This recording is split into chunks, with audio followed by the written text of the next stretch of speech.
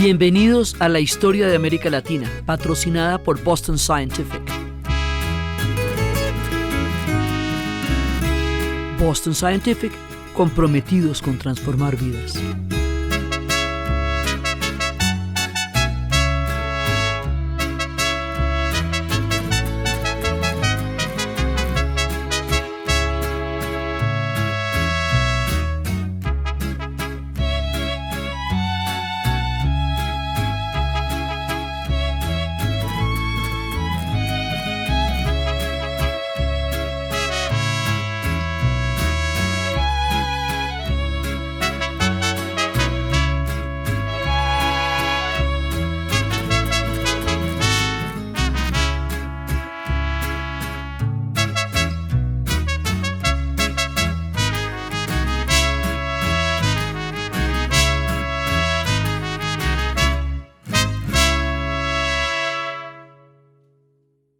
Buenas, bienvenidos y bienvenidas a un viaje absolutamente alucinante, espectacular, maravilloso, mítico, fantástico, diverso por América Latina.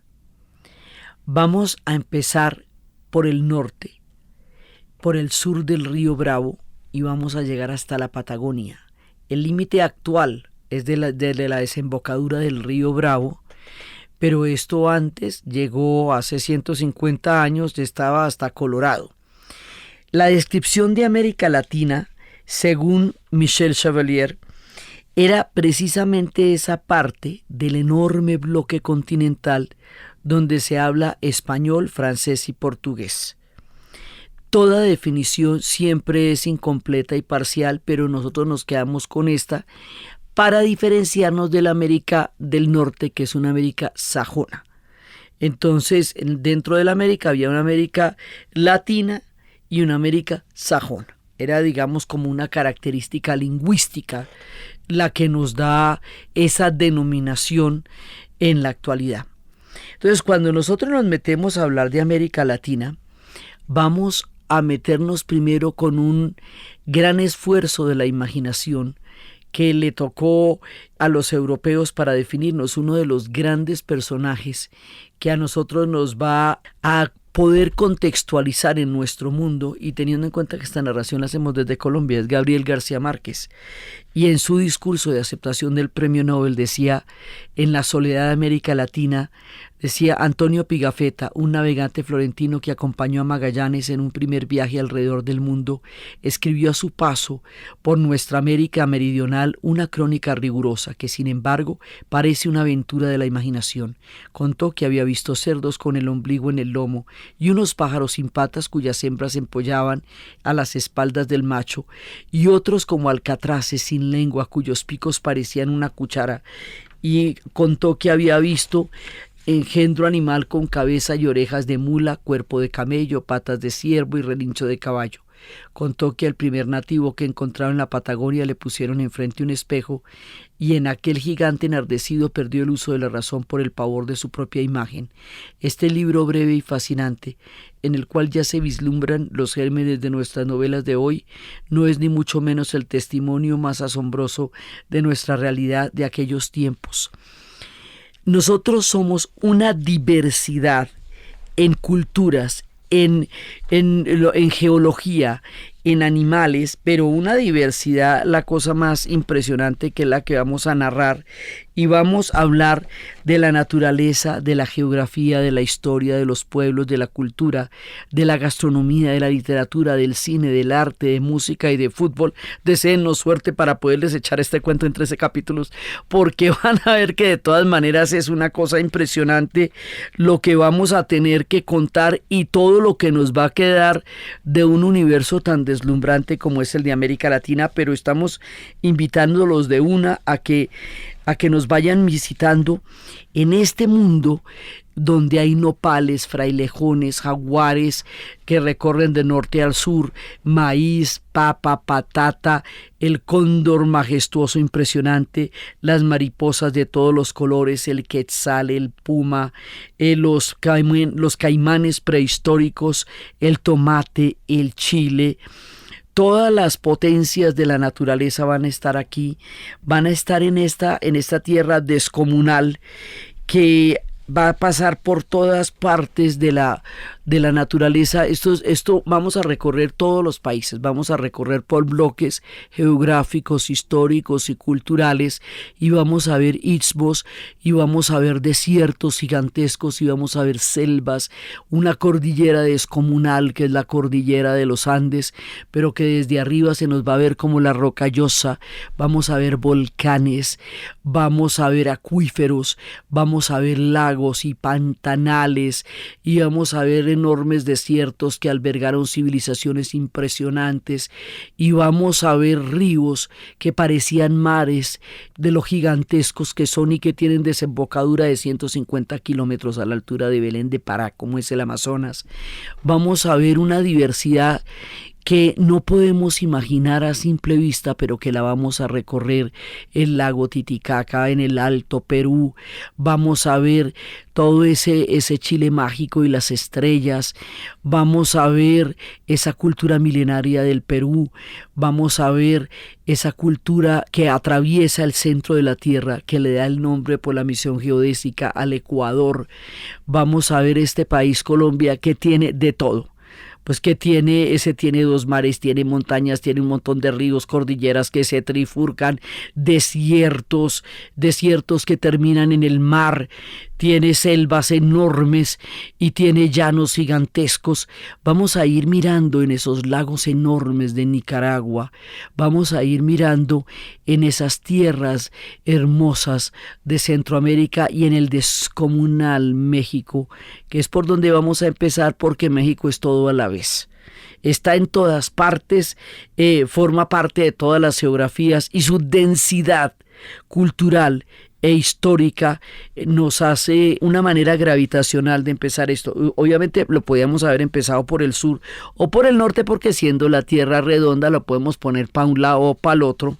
Igual podríamos empezar por la tremenda Patagonia y la Pampa, pero vamos a empezar el viaje desde allá, y lo vamos a empezar por la tierra del águila y el nopal.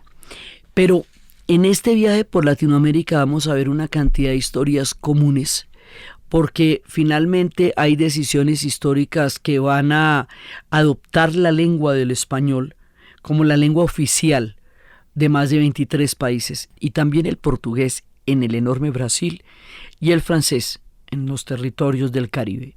Eso nos hace muy particulares en el mundo, porque no hay otros pueblos que tengan esa cantidad, y si la tienen, como es en el caso de los árabes, tienen una cantidad de divisiones internas profundas entre sunitas, chiitas, cristianos, que hace que la unidad cultural que nosotros tenemos sola sea particular de nosotros. Nosotros los latinoamericanos somos hijos de un mismo parto histórico, porque en el tema de independizarnos del Imperio Español, al cual pertenecimos durante un lapso de 500 años, tuvimos que hacerlo en conjunto, tuvimos que hacerlo todos juntos. Eso no lo hubiera podido lograr nadie, y eso se hizo de los ejércitos del norte que comandaba Bolívar a los ejércitos de los Andes que comandaba San Martín, y que llegaron a un punto donde quedaba el virreinato de Lima, que era donde terminaría el imperio español.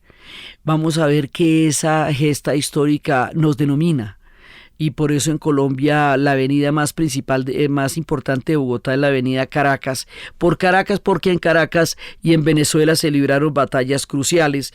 Igualmente en Medellín, las avenidas de Junín y Ayacucho, por las batallas de Junín y Ayacucho que definieron el final de la independencia y donde participó Córdoba.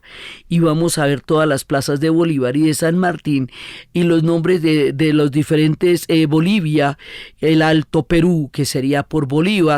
Toda una cantidad de historias que nos van a denominar por esta gesta conjunta que nos definió como el nacimiento de un continente, que nos hermanó en una gran cantidad de posibilidades históricas y de similitudes.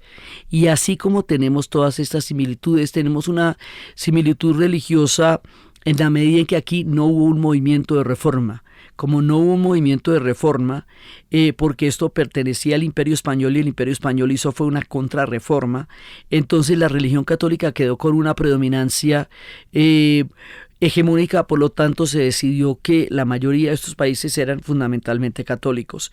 Esas son decisiones que se toman sobre los hechos cumplidos de la prolongadísima colonización que tuvimos bajo el Imperio Español, el Imperio Portugués y una parte del Imperio Francés. Pero también tenemos una cantidad de elementos comunes antes de ese suceso que nos dio origen histórico en la época moderna, y es el enorme pasado prehispánico, el enorme pasado indígena, la cantidad de pueblos que hace más de 30.000 años habitan el continente, que crearon gigantescos imperios que van desde los aztecas, desde los mayas, pasando por los incas, hasta los mapuches, atravesando todo un mundo indígena de pueblos originarios que genera en nosotros una huella poderosa y enorme, y pasando también durante los tiempos del Imperio Español por la llegada de millones de hombres y mujeres en las circunstancias más dramáticas, en la deuda histórica más terrible,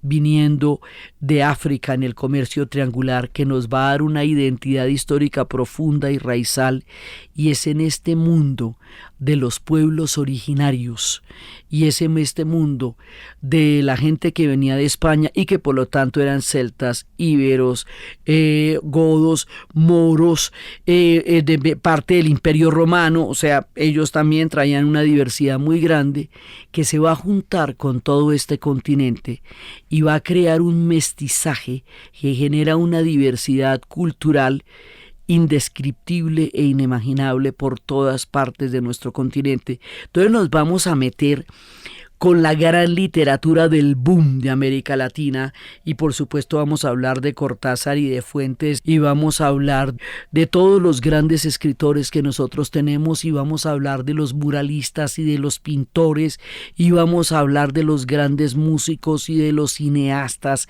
y por aquí va a pasar Buñuel, lo mismo que va a pasar el gran folclor del sur y toda la diversidad musical de Colombia y los carnavales y nuestras novelas y nuestra enorme naturaleza, como los cuentos de Quiroga, que cuenta esa soledad de las pampas tan impresionante, o esas definiciones de Scorza o de Bryce Echenique en el Gran Perú, o todo lo que va a ser la gran novela mexicana, y obviamente por aquí pasará Pedro Páramo en su camino a Comala.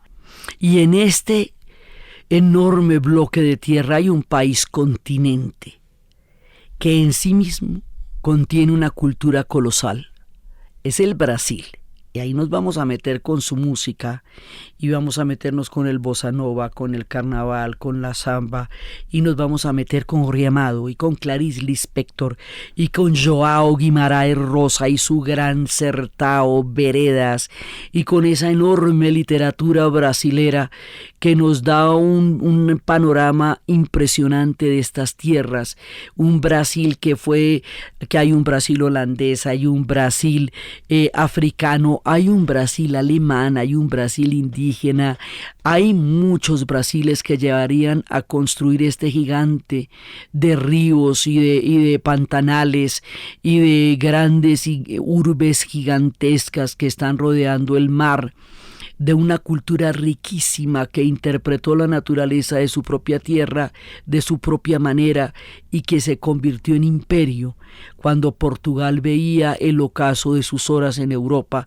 y se traslada con todas las arañas de cristal, tapetes y demás lujos del boato de las cortes portuguesas a Río de Janeiro para vertir el caudal de esta corte tan solemne sobre la tropicalidad impresionante y colorida de Río de Janeiro. Vamos a meternos con todo eso. Vamos a buscar estos universos, vamos a buscar América de la mano de Rubén Blades. Por supuesto que vamos a buscar América. Vamos a encontrarnos con la salsa, vamos a encontrarnos con el candomblé, las religiones de los orishas que vamos a encontrar en Brasil y vamos a encontrar en Cuba. Vamos a meternos con Haití, porque el proyecto de independencia del continente de toda América del Sur fue posible por Haití. Y vamos a reconocerle a Haití todo lo que le debemos a Haití, porque fueron ellos quienes nos dieron no solamente las posibilidades históricas de un desembarco que pudiera permitir una segunda parte que ya nos llevaría a la independencia, sino que ellos nos dieron los hombres, las armas, la estrategia y la condición fundamental, el apoyo a cambio de la liberación de la esclavitud en el continente, porque ellos eran el primer reino libre que existía en el continente, el primer reino afro. Se habían liberado de Francia, tenían de primera mano las ideas de la Revolución Francesa y una historia grande y magnífica para apoyarnos en esta gesta histórica que nos daría nacimiento como continente. En fin, nos vamos a meter por todas partes, porque también nos vamos a meter con la gastronomía, y aquí vamos a comer chiles y vamos a comer tacos y feijoada y vamos a comer caraotos y vamos a comer una gran cantidad y a tomar pisco, por supuesto, pisco del Chile y del Perú, y vamos a meternos en estas grandes e inmensas geografías y en estas diversidades culturales y en la cantidad de cosas que tenemos en común. Entonces, lo primero que hacemos es invitarlas a semejante recorrido. Ya con la cabeza henchida de geografías, sabores, colores, paisajes, mares y culturas, con una fauna absolutamente impresionante. El 60% de los animales marinos están aquí en nuestro continente. Vamos a pasar por las Galápagos y veremos esas gigantescas tortugas y las ballenas jorobadas y los leones marinos, que también, y los tiburones martillo, y toda esta cantidad de fauna que tenemos nosotros acá, y en nuestros ríos las poderosas pirañas y el pirarucú, un pez indescriptible, prehistórico y antiguo, que vamos a ver y a saborear y a tratar de describir, lo mismo que el cóndor, el gran cóndor de los Andes y las águilas. Y para ese momento, cuando hablemos de las águilas, vamos a cumplir una profecía. Y al cumplir esa profecía, vamos a empezar nuestro viaje. Y nuestro viaje empieza por la tierra de los mexicas. Mawistiklatawaniye sanamo westikate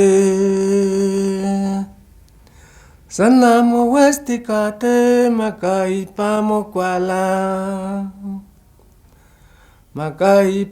kwala oahla que incocone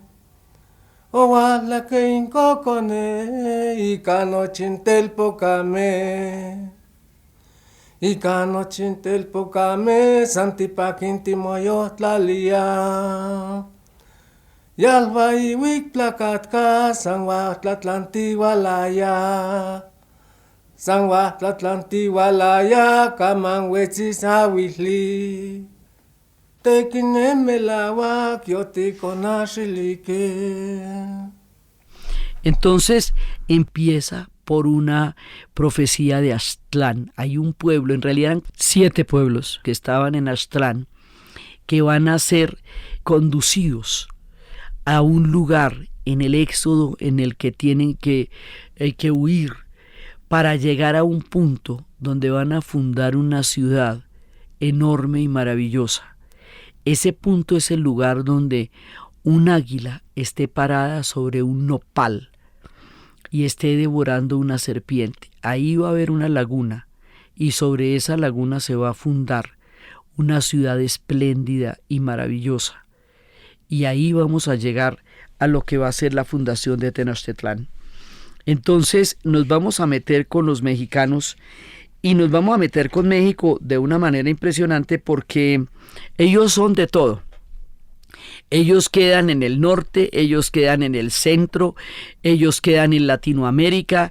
Teníamos un poco la broma de que eso se ve a la hora de las clasificaciones para el Mundial, porque entonces no queda claro si ellos quedan en la Liga del Norte, si quedan en la Conmebol, si quedan en la CONFECAM. ¿Dónde quedan? Porque quedan en todas partes.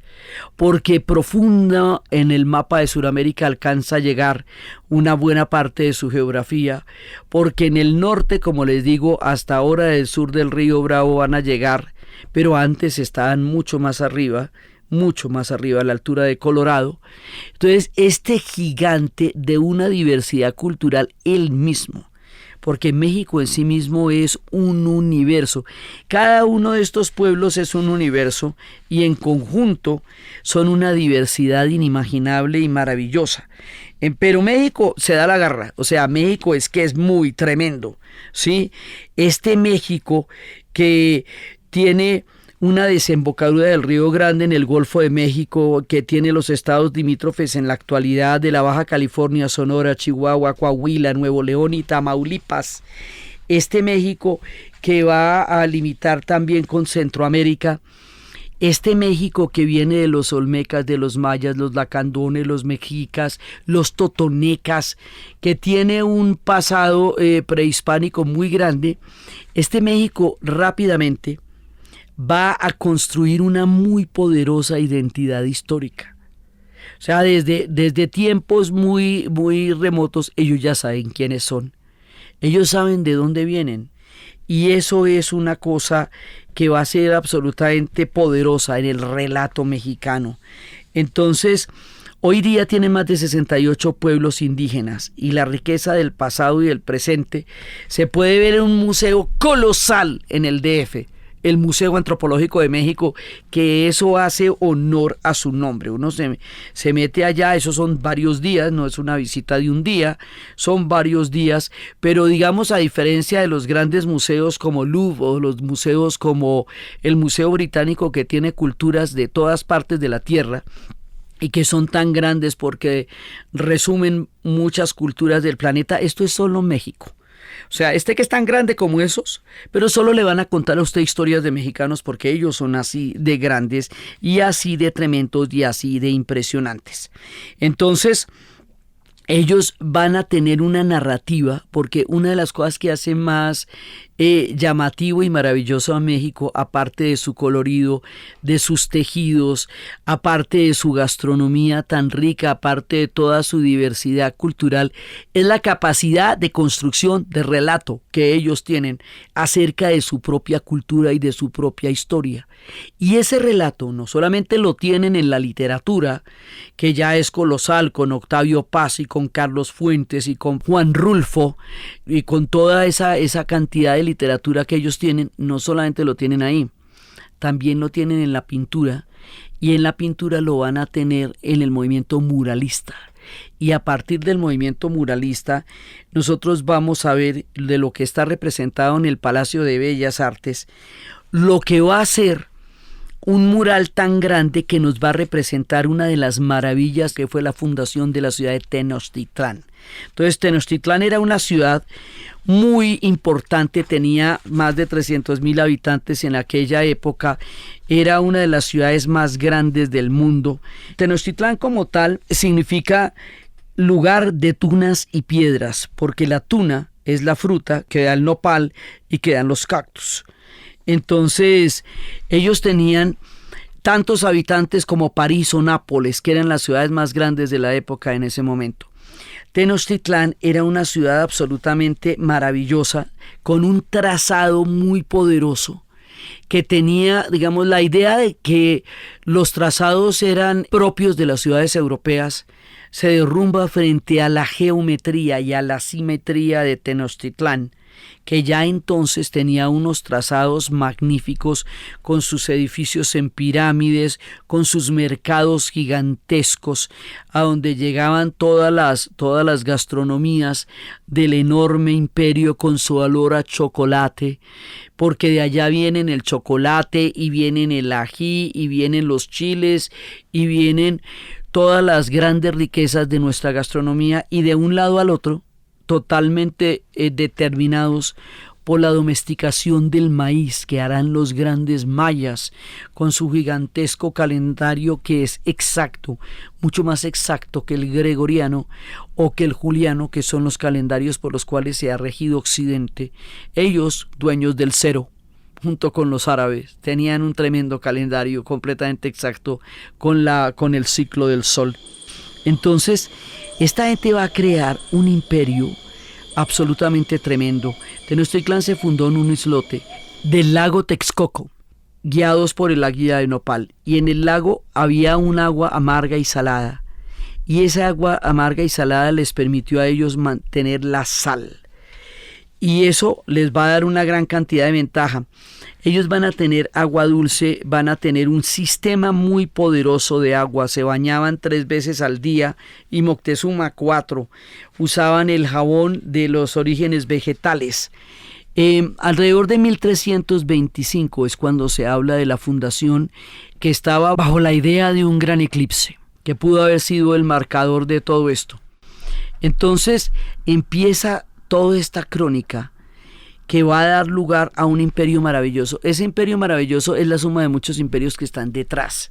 O sea, realmente el 13 de marzo, curiosamente el 13 de marzo de 1325 es cuando a partir del eclipse lunar, se habla de la fundación de Tenochtitlán.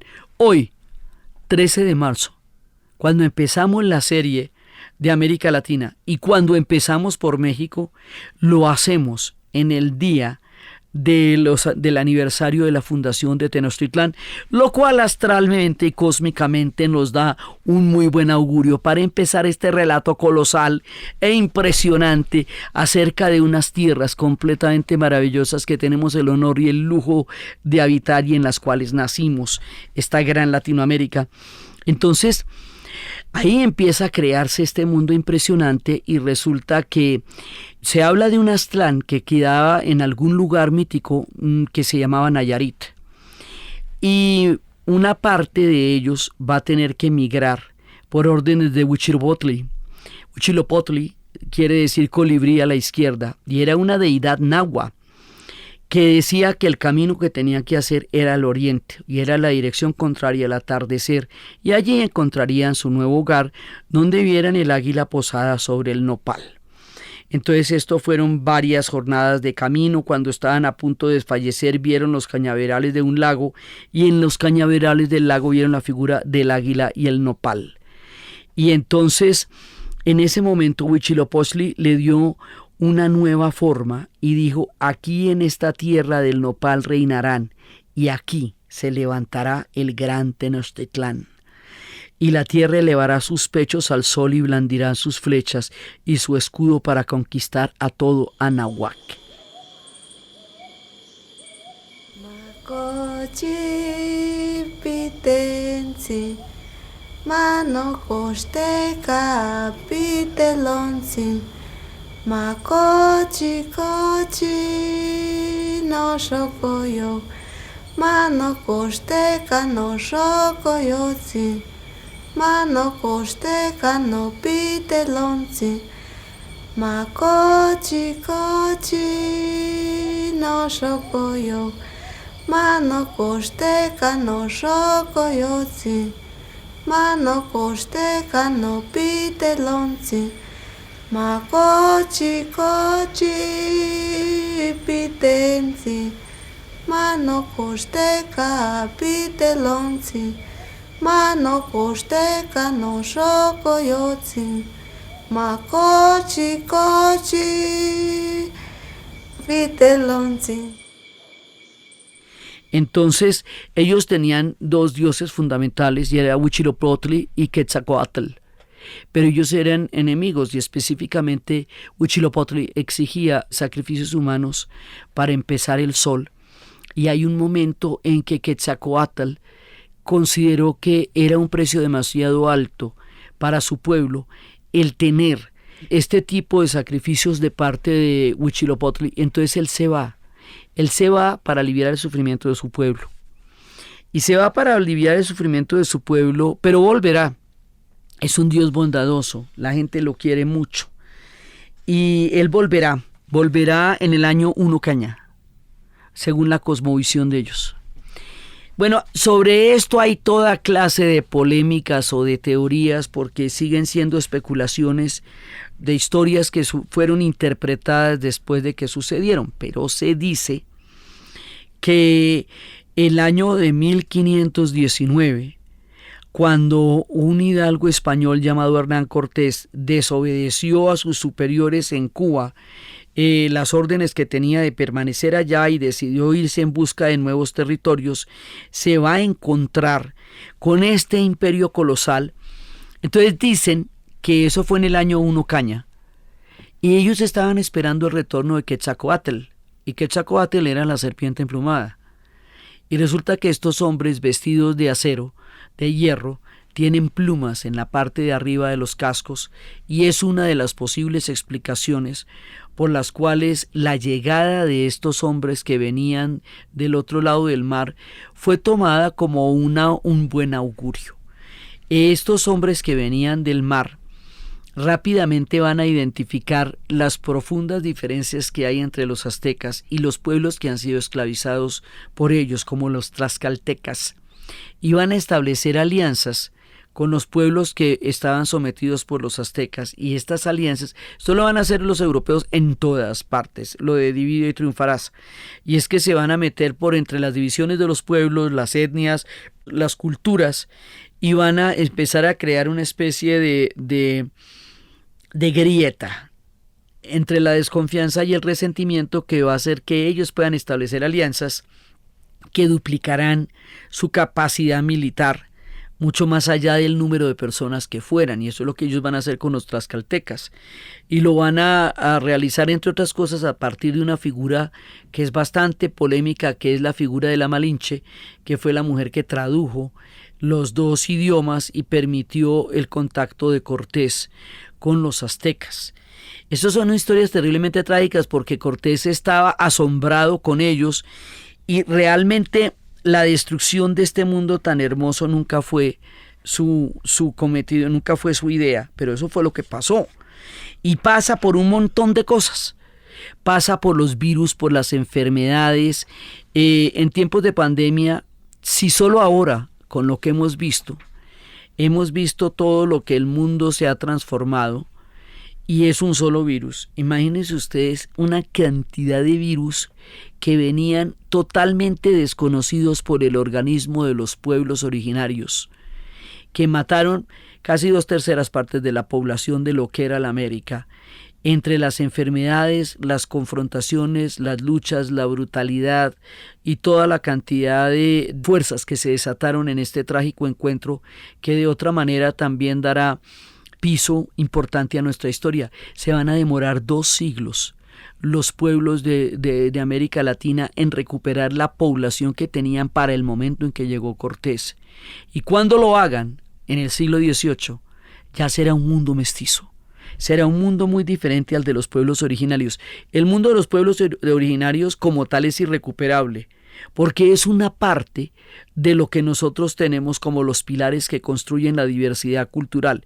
O sea, el mundo en el estado en el que estaba cuando llegó Cortés, ahora es un mundo poderoso, fuerte, que late en combinación con otros muchos mundos. Entonces, es la manera como ellos van a, van a darle una traducción mística y cósmica a esto que estamos intentando escribir. Es el caso de la Virgen de Guadalupe, que se le va a aparecer al indio Juan Diego, y se le va a aparecer donde estaba la Tonanzi. Entonces, la Tonanzi es una deidad antigua, y esa Tonanzi va a tomar la forma de la guadalupana en el sincretismo que vamos a ver muchas veces a lo largo de todo este relato, que lo vamos a ver desde el mundo indígena, pero también lo vamos a ver desde el mundo afro. Entonces, la guadalupana va a ser la madre protectora de los mexicanos, y es una madre maravillosa para ellos, y además tiene una estética muy, muy especial, lo que es ella. Entonces resulta que lo que va a haber acá, dicen algunos historiadores, es una especie de golpe de Estado, porque lo que van a hacer los españoles es aliarse con pueblos que fueron esclavizados por los aztecas y ayudarlos a tomar el poder, que en realidad va a ser de los españoles. Pero hay una vuelta cruzada, por lo cual se dice que esto era más un golpe de Estado, porque ellos van a montar un imperio sobre el imperio que ya va a estar montado. y lo van a hacer, y después van a hacer catedrales gigantescas sobre los templos aztecas, y va a haber una manera de tratar de sobreponer un mundo religioso europeo sobre el mundo mexicano que existía. Esto también lo vamos a ver de características muy similares en el Perú. Van a montar un virreinato, el tremendo, tan importante que va a ser como el corazón de todo el Imperio Español. El Imperio Español va a tener dos ejes fundamentales: Nueva España, como se llamará al virreinato del que estamos hablando, y el virreinato del Perú. Los demás virreinatos que vamos a formar parte de este periodo de nuestra historia común somos más o menos subsidiados, o sea, lo que era la Nueva Granada, el Río de la Plata, todos los demás virreinatos, Capitanía de Guatemala, Capitanía de Venezuela, todo lo que va a ser la estructura, son estructuras de soporte frente a dos ejes, que era donde estaba realmente toda la riqueza imaginable, y las minas de Guanajuato y de Zacatecas, y todo este imperio que va a ser tan impresionante que va a tener una conexión en el Pacífico con Filipinas a través de un galeón que se conocía como la Nao de Manila. Ese galeón venía con todas las riquezas de Oriente, y allá llegaba desde té hasta katanas japonesas, pasando por porcelanas chinas. Eran 2 veces al año que atravesaban el Pacífico, y era una cosa absolutamente colosal cuando llegaba la nao, porque el Imperio Español va a llegar hasta Filipinas. Por eso que se decía que en una época, en el Imperio Español, en la época de Carlos V, no se ocultaba el sol, porque tenía territorios en ultramar y tenía territorios en tierra firme. Entonces, lo que está conectado por el Pacífico con Filipinas es el gran imperio mexicano, y allá habrá mujeres tan impresionantes como Sor Juana Inés de la Cruz, que nos va a dar toda una mirada de la literatura, de la academia, de la intelectualidad, en una época en que eso era muy complicado para las mujeres, pero su altura, su inteligencia era tal que supo imponerse en una época en donde era muy poco probable que su presencia en las letras fuera a generar toda la magnificencia que su obra ha despertado. Entonces estamos hablando de una cosa que difícilmente es imaginable, pero que sí se puede ver en la magnificencia del México actual. El sentido de la monumentalidad de los mexicanos es porque vienen de estos imperios de este tamaño, de este calado y de esta envergadura.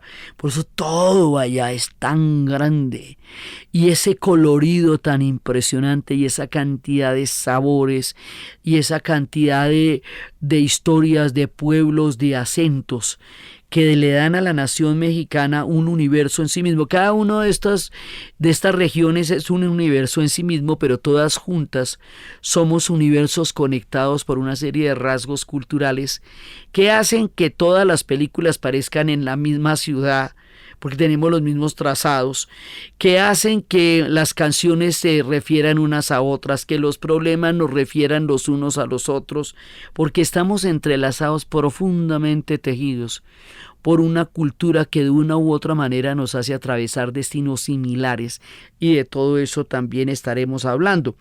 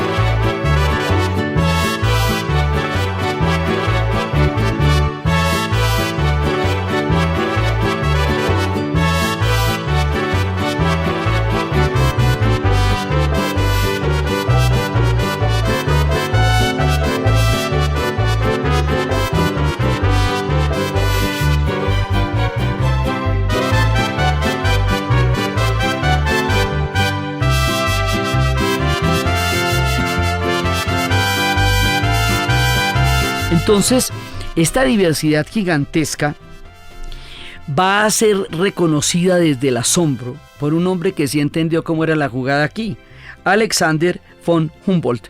Él sí se dio la mirada para entender qué pasaba en este universo tan maravilloso. Y por allá en 1805 escribió sobre la Nueva España. El reino de Nueva España produce por sí solo todo lo que el mundo necesita. Y yo creo que con esta frase de produce por sí solo todo lo que el mundo necesita, cerramos este primer capítulo solo para dejar en la imaginación qué podría ser todo lo que el mundo necesita. Todo lo que el mundo necesita está en Latinoamérica. Todo lo que el mundo no imagina está en Latinoamérica. Esa es nuestra bendición y es nuestra maldición. Es por nuestra riqueza que somos tan diversos y tan maravillosos y que también estamos tan expuestos. Todo esto es dual y múltiple en realidades que son increíblemente complejas, maravillosas, diversas, musicales, gastronómicas, artísticas, pictóricas, visuales. Y empezando por México, una tierra tan maravillosa, en el siguiente capítulo vamos a seguir explorando la diversidad, las raíces y las maravillas de los mexicanos para empezar ya, en este momento, el viaje por esta tierra tan absolutamente increíble que es América Latina, y empezando por el lugar de la riqueza, la diversidad, las raíces, la raza, la tierra, la cultura, el nopal, el taco, la mirada sobre un mundo imaginario, los alebrijes, el misticismo, las catedrales, el Zócalo en el DF, toda su impresionante cultura, no solamente la que ellos hicieron, sino las que promovieron después cuando llegaron los españoles republicanos, la tierra de Lázaro Cárdenas, de José de Vasconcelos y la raza cósmica, el mundo que crea Frida Kahlo alrededor de una mujer inventada, sobre los rasgos de una mujer rota que era capaz de recomponer el universo a través de su pintura. Toda la gente que ellos van a conocer, que va a llegar allá, son siempre y han sido de una u otra manera centros del universo en América Latina. Es a ese México a donde los estamos invitando en el siguiente capítulo, fascinados por la impresionante cultura de los hermanos mexicanos.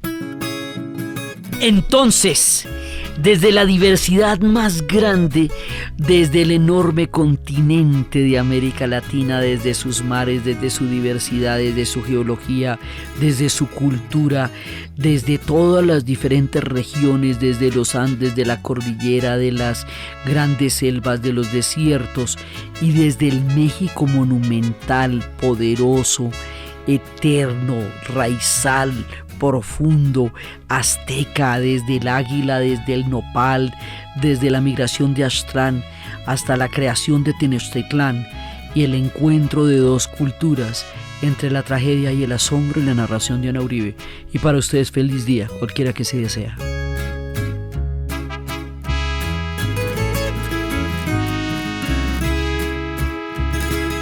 Este podcast fue posible gracias al equipo de la Casa de la Historia. Diana Suárez, Milena Beltrán, Arturo Jiménez Viña, Daniel Moreno Franco. Grabado en Los Gatos Estudio, la edición y la musicalización de Eduardo Corredor Fonseca, de Rueda Sonido, y siempre con la ayuda fuerte y poderosa de Santiago Espinosa Uribe y Laura Rojas Aponte del podcast Cosas de Internet.